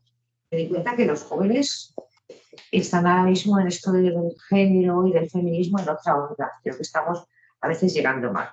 Y vamos a empezar por el peso de los cuidados. El peso de los cuidados hemos normalizado siempre que está en manos de las mujeres. Y se ha normalizado desde pues, tiempos remotos. Parece que el hecho de ser mujer, XX, tienen que llevar impreso pues, la escoba, la tirita para cuidar al niño y además el cuidado de la casa y además el cuidado de los ascendentes y descendentes y además de los discapacitados y demás. Y eso hay que cambiarlo. Y entonces dices, bueno, pues esto va cambiando. Pues no, porque os traigo también datos y la última encuesta del CIS sobre percepciones, es la primera que se ha hecho de igualdad. Percepciones sobre igualdad entre hombres y mujeres y estereotipos de género, pues nos dice cosas tan asombrosas como que preguntados hombres y mujeres, si busca a alguien para cuidar a una persona dependiente, pues los hombres responden que en un 51% buscarían a una mujer. Es que las mujeres lo decimos en un 45%. Y no decimos que es una cosa de 2, pues no, de mujeres. Pero preguntas mucho más fuertes como cuánto tiempo emplea usted para realizar las tareas del hogar? Pues nosotras decimos que dedicamos 3 horas, ellos dicen que dedican 2, pero pues no se les pregunta inversamente al cónyuge, es decir, a mí, por cuánto dedica mi marido, y a mi marido, por cuánto dedico yo. Pues os lo podéis imaginar, nosotras subestimamos nuestro trabajo porque es lo normal y ellos lo sobreestiman, ¿no? Entonces luego no es tanto. Y una pregunta muchísimo más fuerte es, ¿cuánto tiempo dedica al cuidado de sus hijos e hijas? Pues las mujeres dedicamos una media de 6,7 horas y los hombres una media de 3,7 horas. Vale. Pero lo peor es que como médicas y médicos, nosotras también imponemos los cuidados a la mujer. Muchas veces en la consulta, pues yo me dirijo a un paciente diabético, yo creo que mi caso es poco, pero está ahí. Y le digo, ¿por qué le tiene que decir a su mujer? Yo eso creo que no lo hago mucho, pero vamos, que se ve todos los días, ¿no? Es decir, que al final el cuidado, la responsabilidad de la enfermedad, la responsabilidad de los padres, de las madres, de los hijos, nosotros lo cargamos a la mujer. Cargamos la dosis de insulina de su madre, le cargamos el cuidado de la alergia de su hijo, le cargamos la dieta del marido, le cargamos la higiene bucodental, un niño de 15 años que ya tiene edad para encargarse. Son luego pues esos pequeños malestares que nos dice Amelia que nos vamos llevando todas. Pero es que además somos cuidadoras de lo social. Es que los cumpleaños en las casas los llevamos nosotros, los de nuestra familia y los de nuestra familia política. Y las agendas del colegio. Entonces el cuidado nos aplasta. El cuidado pasa factura en la salud. Y nos lo decía Patricia y lo sabemos, ¿no? Insomnio, cansancio, dolores musculares. Como consecuencia lo resolvemos rápidamente, ¿vale? Porque la atención primaria tenemos mucha prisa y porque la sociedad así a veces te lo demanda, pero es una mezcla de casi todo. Entonces, al final, porque si tú le dices a alguien, bueno, de esto no queremos hablar, no, a mí dame el desatín, es lo que le dan a mi madre, y con eso me quedo perfecta. Y además, mi hermana ha llamado unos cuantos y he visto que funciona. Eso también sería otro tema, en la diferencia con la que nos automedicamos. Pero el caso es que cansancio, insomnio, dolores musculares acaban con antidepresivos, analgésicos o bajas laborales. Vale. Por lo tanto, los cuidados repercuten en la salud. Pero pensábamos que trabajando fuera esto se iba a resolver y no. Trabajando fuera la mujer se ha cargado de ese impuesto que iba con el rol de mujer de los cuidados y además trabajamos fuera. Y encima nos imponemos la carga de ser 10. Tenemos que ser 10 en el trabajo, como decía Belén, y además ser 10 en la casa. Porque tú tienes que estar a la altura y la talla que te ha impuesto tu mamá o tu papá o la sociedad. Tienes que ser la madre 10 y llegar la primera y más estupenda a la reunión de la AMPA y además estar la primera en el quirófano o en el centro de salud o en la universidad. Y esto también se ve en la última encuesta, porque esto cuesta. De tal manera que hay más mujeres que tienen trabajos a tiempo parcial, hay más mujeres que son asalariadas y no pueden ser empresarias, porque claro, a todo no llegamos. ¿Qué significa esto? Que vamos a tener menos voz, porque como decíamos, si tenemos menos ingresos y trabajamos a tiempo parcial, porque todavía está mal visto y ellos no lo han integrado y nosotras tampoco lo integramos, ¿vale? Es decir, que muchas veces pensamos que la cuestión del género y del feminismo es una cuestión de hombres, es una cuestión de muchas mujeres que están educando a muchas mujeres y a muchos hombres, ¿vale? ¿Nos parece que si tu pareja te dice, no, es que ni te lo planteas, voy a coger una reducción de jornada? No, ya me la cojo yo. Pues todo eso es menos dinero, menos poder, menos voz, y todo eso va a repercutir. Vale. El segundo punto que quería destacar pues era un poco que no solo nos encargamos de los cuidados, sino que siempre, reivindicando la figura de las médicas y de las enfermeras y de las gines y de casi todas las profesionales mujeres que se han dedicado a la salud, siempre la mujer está cuidando de la salud. Siempre. Yo hace poco hice en un congreso, fue así como bastante explícito, y reivindicaba con este título Médicas de familia, una especialidad de brujas, pero sin escoba. Pues reivindicaba un poquito el papel de la mujer.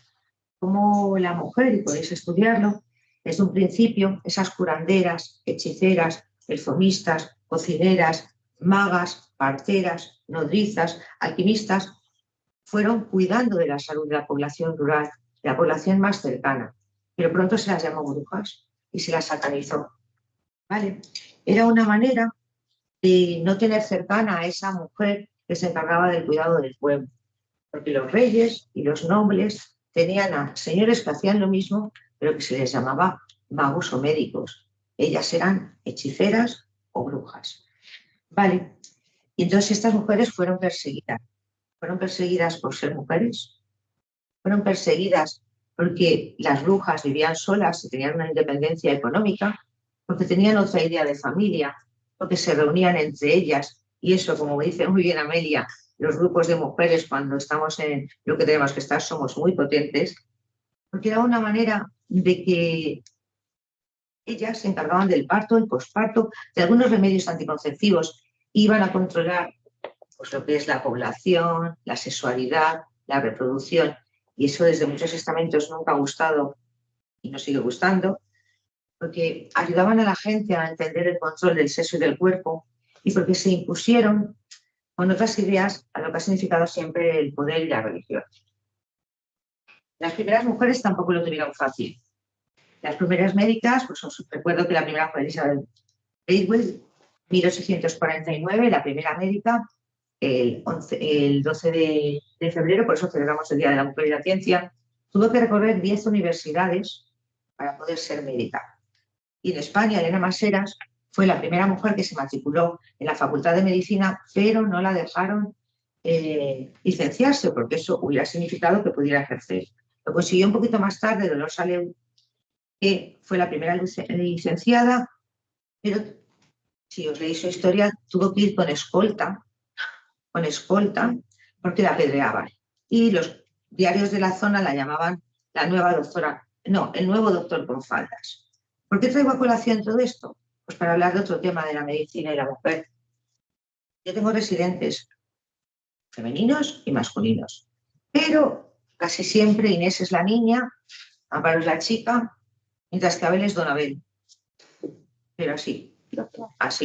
Porque me dicen, la chica que estaba en tu consulta, digo, espera, ahí se ha colado. Digo, chicas, aquí no hay.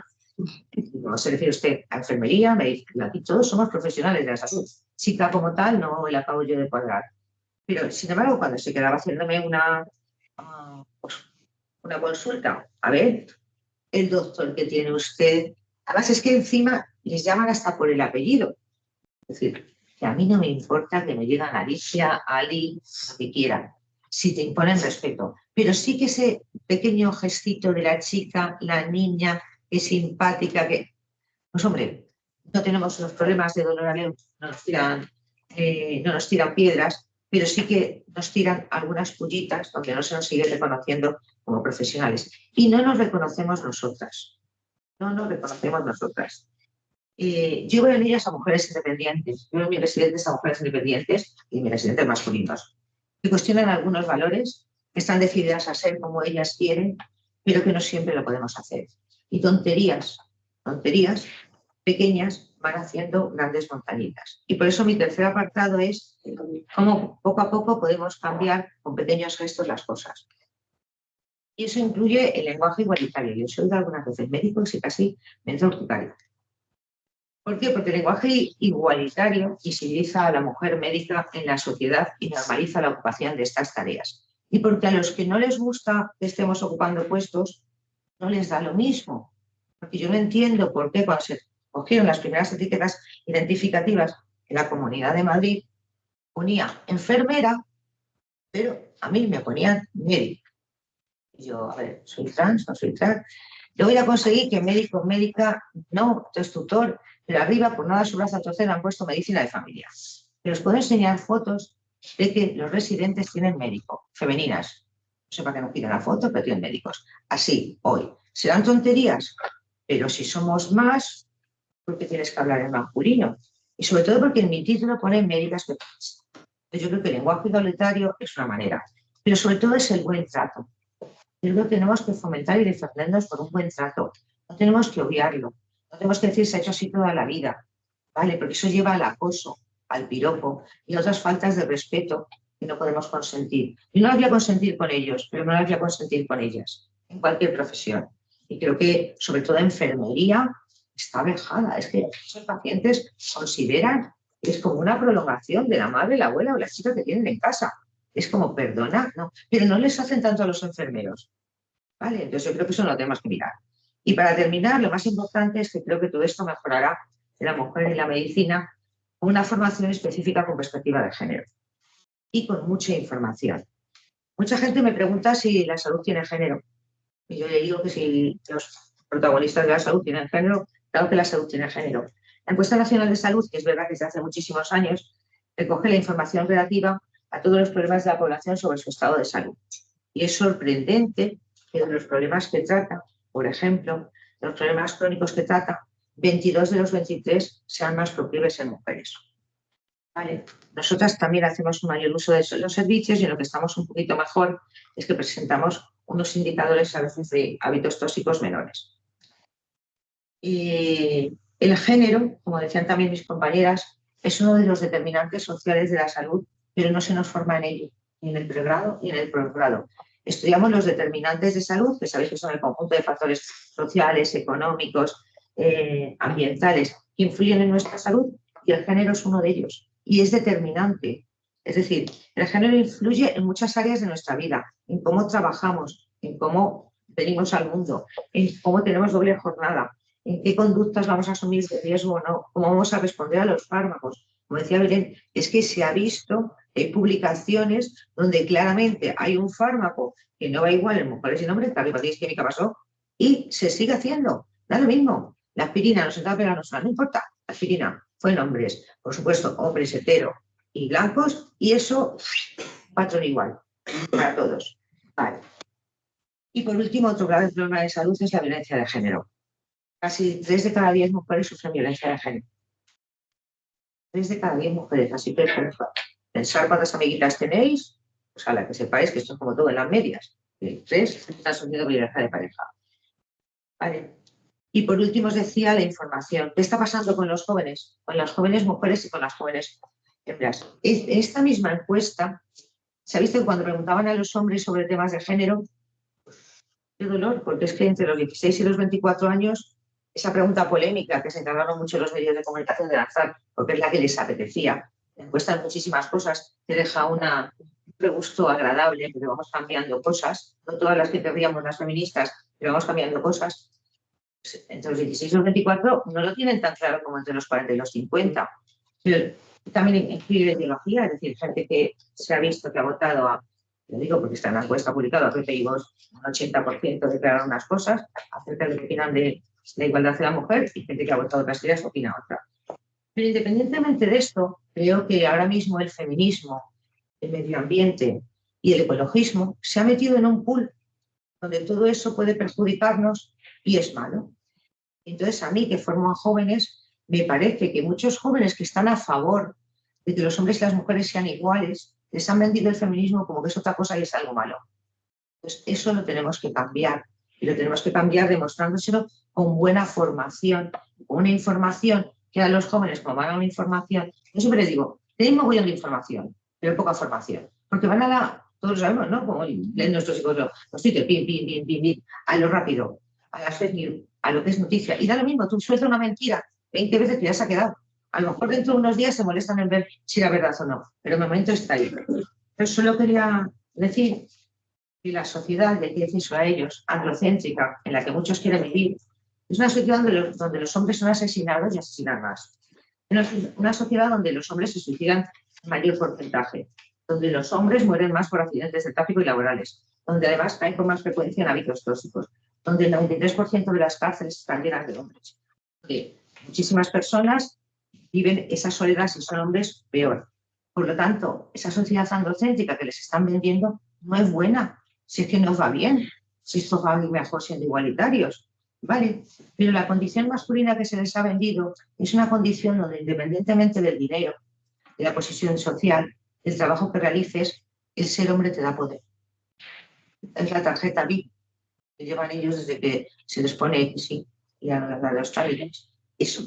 Y eso, pues desde muchos medios es importante o les interesa demostrar que todos esos privilegios, si somos iguales, los van a perder. Y yo creo que empezamos a invitarles que ser igualitario compensa. El feminismo es igualdad, libertad y paz. Y para último, decir que hay 3 cositas en que me gustaría que nos lleváramos hoy, que es que me gustaría reivindicar más formación en igualdad, sobre todo en lo que a mí me importa, ¿no? En todos los niveles educativos y sobre todo en la sanidad, ¿vale? Que había que hacer más acción social y acción comunitaria porque a lo mejor tendríamos menos llenas las consultas de totalgias. Y me gustaría pues tener cada vez más estudios con género y con formación de género para que los sesgos que existen desde la población, en el investigador y también en el que los lee, como decía, en los pares, esos, pues ir comparando, porque a lo mejor lo que hemos establecido como normal no es tan normal. Y yo, como para dedicar a la docencia, me gusta corregir lo que hemos hecho mal. Y por último, pedir una ética en el periodismo, una ética en la información y una ética en los que nos forman, divulgan y están en las redes y tienen poder. Porque no podemos estar manipulando a la población con cosas que dicen que lo hacemos las feministas y que se hacen desde otros sitios con otros intereses. Y nada más.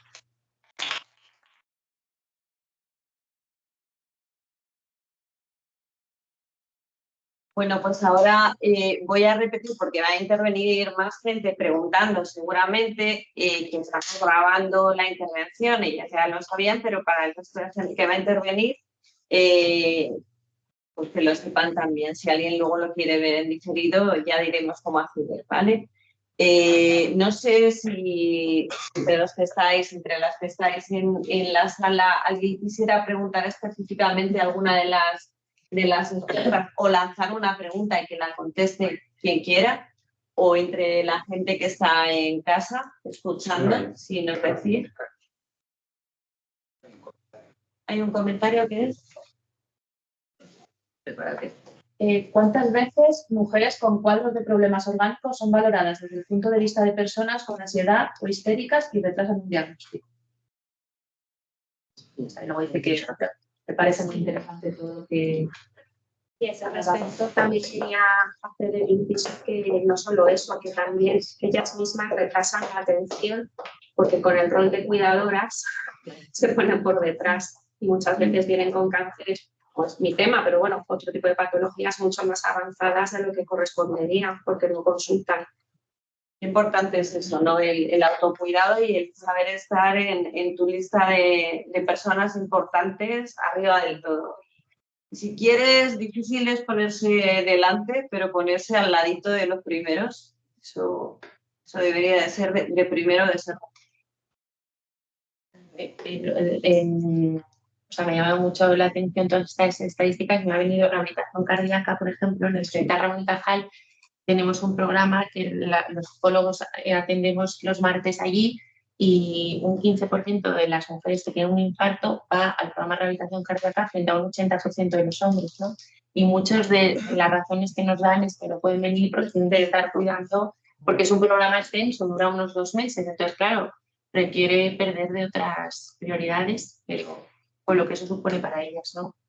Y yo ahí sí que rehabilitación cardíaca me ha llamado mucho la atención eso de la mochila de la vida, ¿no? En esas mujeres que les da un infarto a cierta edad y empiezas a revisar su historia y son novelas, la verdad. Sí, son novelas. Incluso a veces se cuidan porque tienen que cuidar.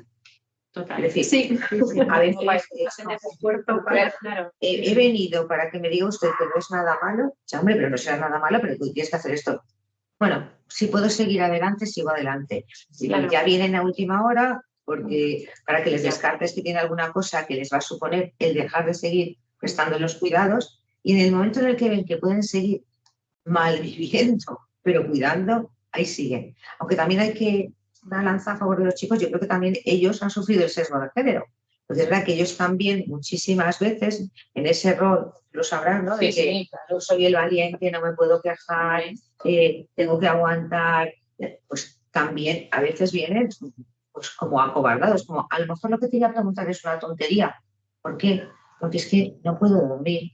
Entonces es como, esto no importa, no me puede pasar a mí, yo soy el valiente, esto me han vendido. Y si no duele, entonces, claro. Es la otra cara de la moneda, claro, de lo mismo. Efectivamente, es que la imposición de determinados estereotipos o roles nos atraviesa a los dos, a hombres y a mujeres. Por eso es buena la igualdad, empezar a normalizar algunas cosas, porque al final pues, todos estamos perjudicados por una serie de mochilas que nos han puesto y que a lo mejor no nos tocan llevar. Perdón. Yo quería comentar que en la línea de los estudios que ha comentado Belén, no solo en ginecología, sino que eso es algo que ahora que tenemos que hacerlo mirar los médicos porque hay estudios de cardiología en los cuales se ha publicado que si una mujer entra por urgencias y la atiende otra mujer, teniendo un infarto esa paciente, es muchísimo más probable que se le diagnostique y se les trate que si es un hombre. Incluso creo que había un estudio, me pareció leer, que incluso en hombres, si el hombre era el que tenía el infarto y también le atendía a una mujer, era más probable que se diagnosticara. Y entonces, o sea, que es muy llamativo, que ya no es solo el hecho de que nos sepamos escuchar entre nosotras, porque es verdad que los síntomas a lo mejor pueden variar respecto entre un hombre y una mujer, ¿no? Igual que los diabéticos tienen también síntomas un poco más diferentes, ¿no? A lo mejor disnea y no tanto dolor, pero hay algo más, ¿no? Hay algo más que se nos está escapando. Creo que es muy interesante lo que has comentado de los estudios. La verdad que me ha gustado mucho. Bueno, me han gustado todas las intervenciones. Que lo que se va a ser el enfoque. Nosotros hemos estudiado solo los síntomas masculinos del infarto. Exactamente. Entonces, ¿qué pasa? ¿Que eso es lo normal y el otro no? No. Es que los síntomas femeninos de un infarto son así. Y entonces tienes que saber. Y te tienes que saber que si baja uno, eso es un infarto en una mujer. Y tiene que bajar 2 en un hombre. Cosas así, o sea, y eso hay que saberlo. Pero ¿qué pasa? Que no lo sabemos. No lo sabemos. Es que muchas veces se catalogan como atípicos. Porque los síntomas típicos de una mujer, según de cuando estudias, te dicen síntomas de un infarto, esto. Y luego cuando ves, dices, esto es típico de mujer, pero te lo catalogan como atípicos, síntomas atípicos. Y es lo más común en una mujer. O sea, es que ya sí te lo están poniendo como Y algo. luego que las mujeres, como también hacen esa revisión, ellas no consideran, si les duele el pecho, esos hay estudios, ¿vale? Revalúan y valoran que puede ser ansiedad y tardan más en llegar. Entonces llegan peor, las mandamos peor, las vemos mal, las mandamos peor. Y luego cuando están allí, además fallecen más, bueno, es que eso ya está estudiadísimo. Hay estudios incluso de cuántas revascularizaciones se hacen y claramente se indicaban menos a mujeres. Y luego a nivel preventivo también hay sesgo, porque en la propia consulta de primaria a mí me sucede. Bueno, fuma, pero como es mujer, a lo mejor con el colesterol eres ya más benevolente, más benevolente y al final realmente también no le estás dando el tratamiento adecuado. Se empezó con la cardiopatía isquémica, hacen estudios de sesgo de género, pero hay uno muy interesante de leucemias y es parecido. Es decir, esa debilidad, dice, pues en las mujeres no se atendía porque era como parte de, bueno, está casada, pero un hombre con manifiesta debilidad y también, así que ahora mismo ya hay en muchísimas naciones. Yo siempre digo lo mismo, que hemos aprendido, por ejemplo, derma en fotos de hombres blancos, ¿vale? Y cada vez que tenemos más población, pues es que la rosácea, digo el mismo ejemplo, no es lo mismo, pues en piel negra, piel morena, en piel amarilla, que tal, es que ni siquiera la lesión aparece blanca, ¿no? Pues entonces debemos empezar a cambiar las fotos de nuestros atlas de patologías, porque estamos dando una mala frase. No, solamente era un poquito un tema de reflexión, ¿no? Porque hemos hablado mucho del tema de que efectivamente durante nuestra formación profesional nos han hablado muy poco de igualdad, ¿vale? Pero sí que es verdad que además que aquí que tenemos 2 médicos de familia, pues lo cierto es que la educación para la salud empieza en los colegios, ¿no? Entonces, yo no sé si tenemos ahí un tema pendiente, lo hemos dicho de soslayo, el tema de la educación también infantil y tal, pero a mí me da la impresión de que nosotros teníamos que centrarnos mucho en la educación en los colegios, es decir, que los niños, yo soy médico de familia y la medicina preventiva me gusta, por lo tanto, prevenir es algo que es fundamental antes de llegar a las universidades. Entonces, yo creo que esos temas, yo no sé cómo los veis, pero evidentemente si tenéis grupos... Es que a mí a veces no nos han dejado, a lo mejor no es el tema de este foro. Uy, sí, nosotros llevamos el tema de este foro. Años, el centro solo llevaba años haciendo un programa que se llamaba Educación en Comportamientos Sexuales Seguros, con premios, algo publicado en WOMP y tal y cual. En Pozuelo estaba muy normal que en los institutos lo hiciéramos y llegó el PIN parental. Tuve que ir a varias AMPAs y APAs a presentarlo y nos dijeron, mira, mejor establece salud mental. Entonces, y pues pasamos una... Me estás dando la razón. Sí que es un tema de este foro. Además, decíamos, es la misma empresa, porque el maletín de salud sexual me lo da la Comunidad de Madrid, yo soy trabajadora de la Comunidad de Madrid, y tú eres un... Ya, pero me han dicho los padres que no. Erika, no. Entonces, bueno, nos han dicho que ahora debemos en salud mental, mira, acabamos de ganar otro de salud comunitaria. Y de hecho, además, asumían que tenemos que saber las médicas y médicos de familia de todo, que yo creo que también eso es algo que debemos hacer de que no. Dice, mira, pues para dar un programa de salud mental me voy a tener que formar. Ah, no, no saber, no. No sabemos de todo y para hacerlo en serio, Pero me refiero, yo sí que creo que sí, no lo creo yo. Es decir, hay datos, hay estudios donde creo que si no abordamos determinadas cosas, pues se tratarán de regular.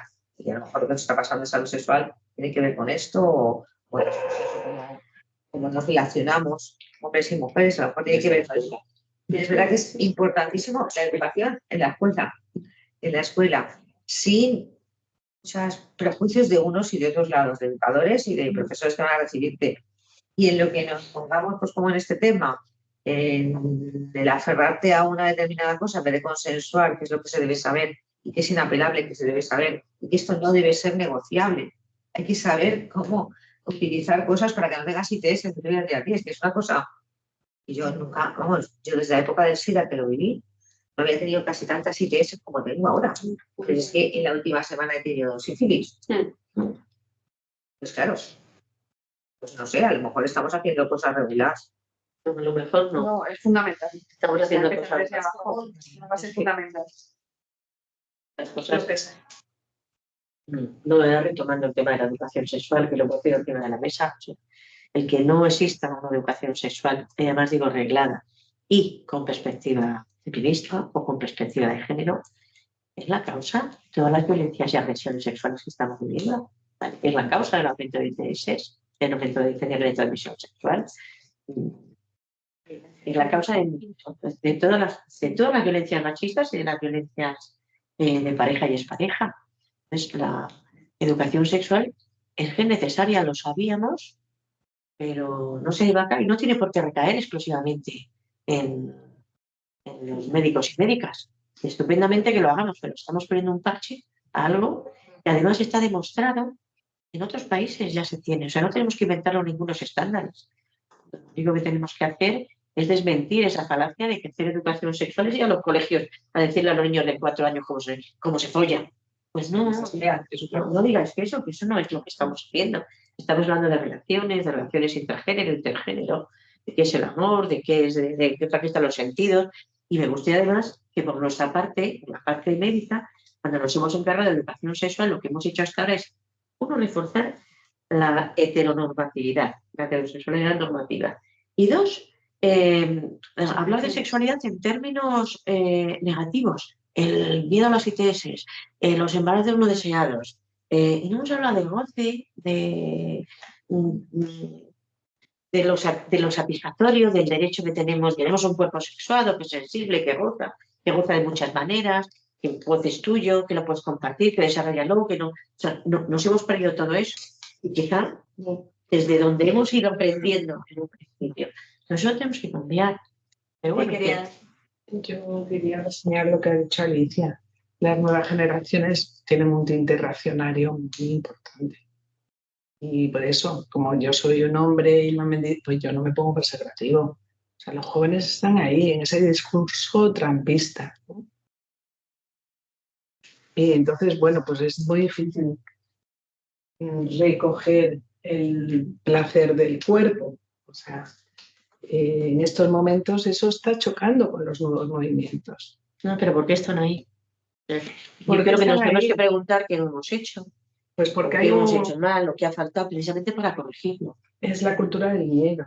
El miedo se está imponiendo, el miedo a que cambien las cosas. ¿Yo cómo voy a estar si esto cambia? Sé lo que ha habido, sé cómo está mi padre, mi madre, pero si esto cambia, ¿cómo voy a estar yo? Entonces eso está propiciando unas conductas, unas ideologías muy reaccionarias, a mi modo de ver.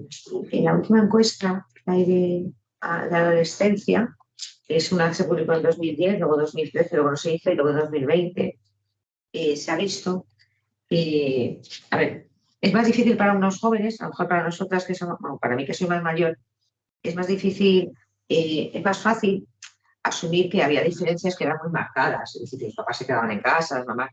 La gente joven cree que ya todo está, varones y hembras creen que todo está conseguido, ¿no?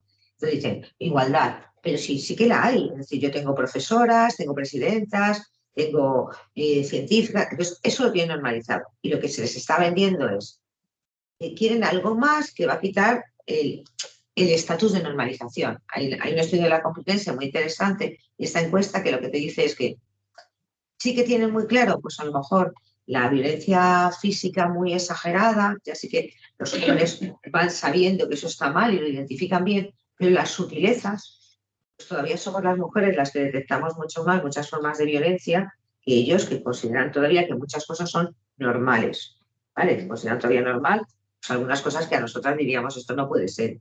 Y en cuanto a que se consigan más derechos, muchos lo consideran como una amenaza. Y es que en todo caso los hombres lo consideran como una amenaza, ¿vale? Cuando no es así, cuando a mí me gustaría que esté por encima de mí y que me mande sea alguien formado, ¿vale? Si es una mujer, pues me alegraré porque estamos llegando allí, pero que a nosotras se nos esté regando, y como decía ella, que en todos los puestos de poder de la psiquiatría, pues lo vemos todos los días, las fotos con todos los señores, iba a decir muchas veces en muchos consejos de dirección, que madre mía, es que no han encontrado ninguna mujer para que nos represente. Pues, hombre, eso no es igualdad. Ángela. Bueno, yo quería, lo primero, felicitaros a todas como las expertas que sois, porque he aprendido un montón de cosas, o sea, que en ese sentido el síndrome de la impostora que la tenemos, o sea, tenemos que empezar a quitárnoslo y aprender a dar un paso adelante. Quería felicitar a Alicia, a Javier, a todo el grupo de conciliación e igualdad y al grupo de prevención de riesgos laborales, porque vosotros conocéis cómo ha sido la evolución de los actos alrededor del 8M dentro del sindicato médico profesional. Y quería plantear una polémica. No me voy a quedar agradecida. Un poquito creo que esa parte, o sea, quiero decir, me considero feminista, siempre me he considerado feminista. Recuerdo, fuimos al instituto juntas y había que elegir el nombre del instituto. Y todos los nombres que salían eran, bueno, era del sitio donde estaba el cañaveral, otros 3 o 4 de hombres, y dije, ¿por qué no ponemos uno de mujer? Y me dijeron, tienes que conseguir 50 firmas para presentar. Bueno, Emilia Pardo Bazán costaba encontrar cuando estudiamos, Belén y yo, y no hace tanto tiempo. Sí que empieza a hacer tiempo. Sí que empieza a hacer tiempo, pero cuando estudiamos, ese sesgo estaba en todas las enciclopedias, en todos los libros. El hecho de empezar a despertar a las mujeres olvidadas de ciencia, en historia de la medicina, ninguna de las que estamos aquí, porque no sé si, y no creo que se esté dando todavía, a ninguno de los hombres les había parecido lo suficientemente importante Dolores Arriba. ¿Cuándo había sido la primera mujer médico en España? Todo eso no estaba ahí. Es más, lo que se empieza a diferenciar por género en muchos artículos científicos se ha generalizado a partir del 2010. Es una barbaridad lo que estoy diciendo. Es decir, ahora empezamos a plantearnos si se diagnostica más o menos a una mujer, pero es que antes del 2010 esto era prácticamente algo que o era una patología muy concreta de hombre, muy concreta de mujer, o no están desagregados, está ahí, está en la bibliografía. A lo que voy, me ha gustado mucho lo de la no polarización de Patricia, me ha gustado mucho lo de lo que se está, la lucha ahora se está produciendo por el poder, porque hasta ahora ha sido todo muy divertido, muy bien, ibais muy monas, qué bien que estemos todas aquí, que estemos ya estoy representadas, pero pues que empezáis a querer llegar a puestos que son de otros, es decir, empezamos a llegar a un momento en el que se produce una lucha territorial, que espero que no se resuelva con que las mujeres nos volvamos más territoriales que los hombres, o que nos perdamos cosas que no nos deberíamos perder, como se han venido perdiendo ellos durante mucho tiempo.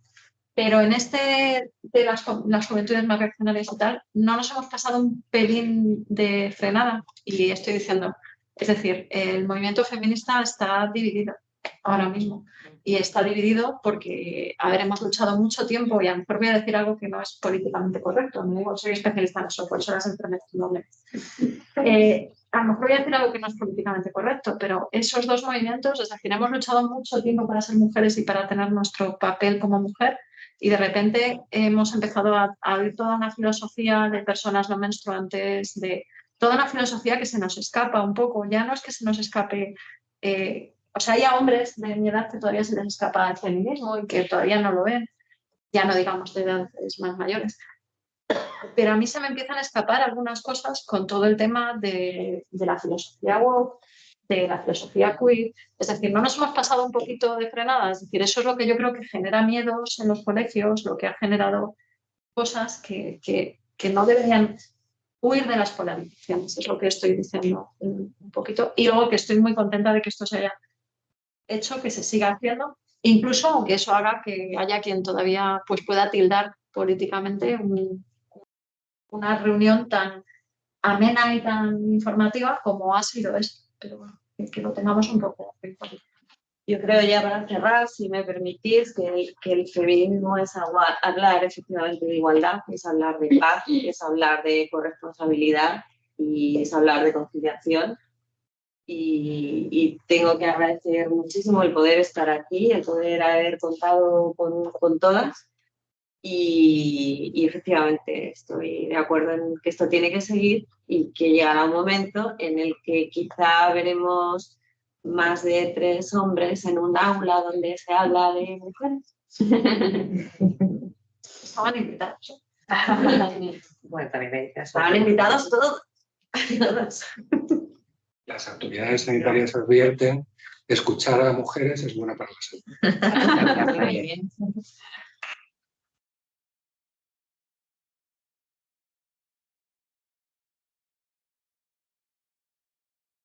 Muchas gracias.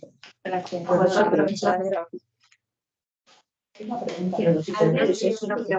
De abajo había levantado la mano. Es una pista privilegiada, ¿eh?